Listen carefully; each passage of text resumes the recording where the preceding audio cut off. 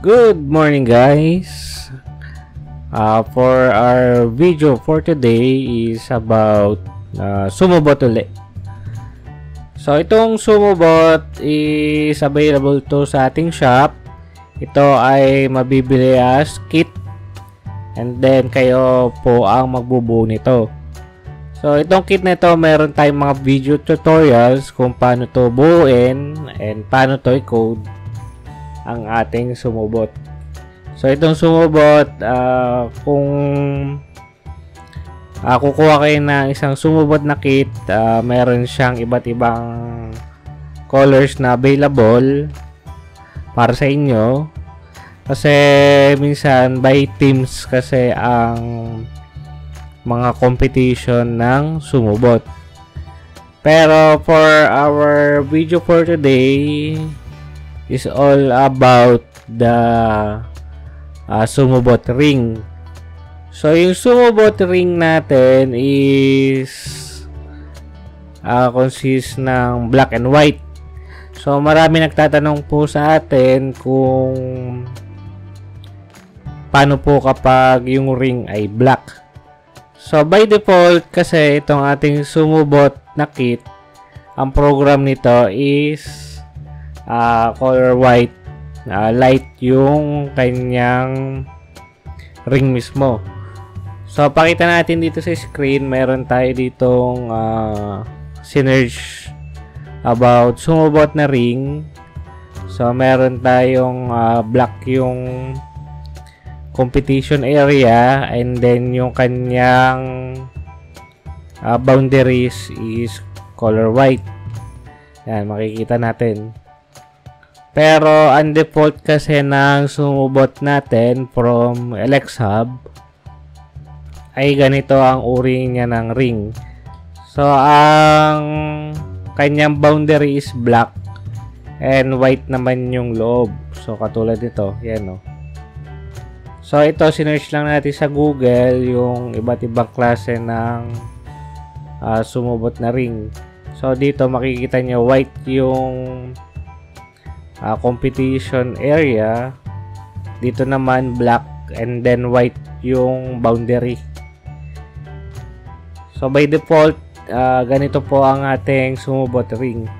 Pero para magamit natin sa ganitong uri ng SumoBot ring ang ating SumoBot, may babagawin lang tayong konting sa coding ng ating SumoBot.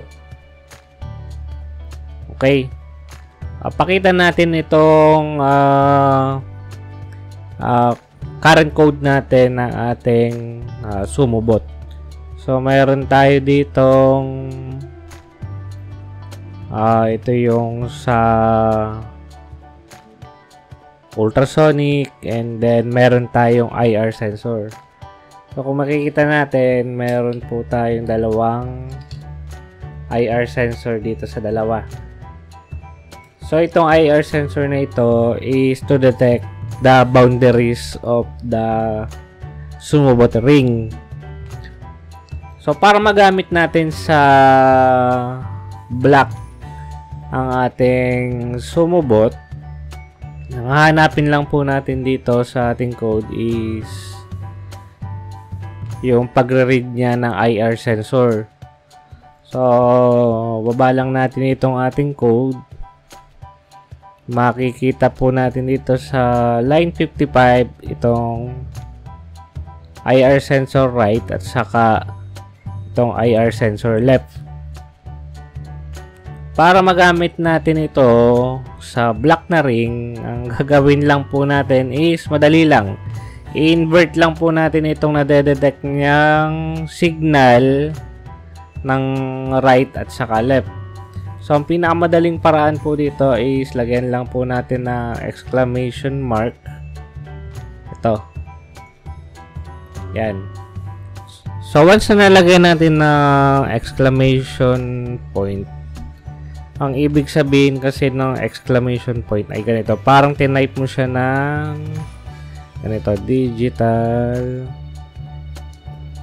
read sensor right.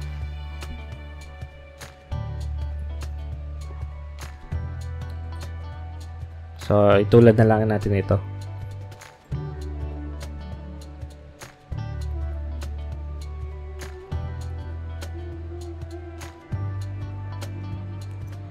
Equals to 0. So, para ang ginawa po natin, pag na-detect niyang 0 yung ating IR sensor, dun siya papasok sa loop na ito. Ngayon, kapag wala kasi itong exclamation point, parang ang ating tinype dito ay ganito. Yan. So, ang pinakamadaling paraan is lagyan natin ng exclamation point itong ating digital read na IR sensor right and IR sensor left.